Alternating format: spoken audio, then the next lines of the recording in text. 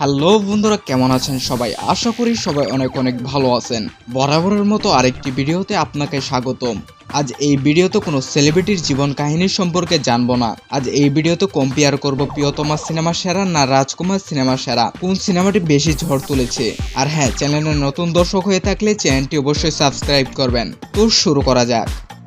তো যাই হোক, প্রথমে আসা যাক প্রিয়তমা সিনেমার কথা, যে সিনেমাটি 2023 সালে ঈদুল আজহাতে মুক্তি পায়। সেই সিনেমাটিতে শাকিব খানের বিপরীতে অভিনয় করেছে ভারতের ইন্দ্রিকা পাল। সিনেমাটি ব্যাপক হারে দর্শক মহলে ঝড় তুলে দেয়।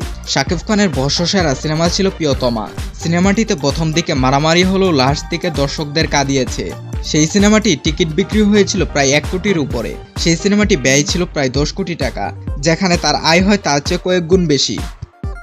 তো যাই হোক, এবার আসা যাক রাজকুমার সিনেমার কথা।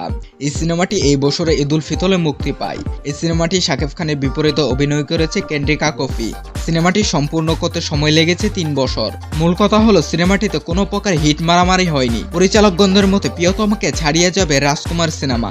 একটা মজার ব্যাপার হচ্ছে, সিনেমাটির লাস্ট দিকে মারিয়া মাহিকে দেখা যায়। মারিয়া মাহি ছিল শাকিব খানের মা। এই সিনেমাটির ব্যয় হয়েছিল 15 কোটি টাকার উপরে।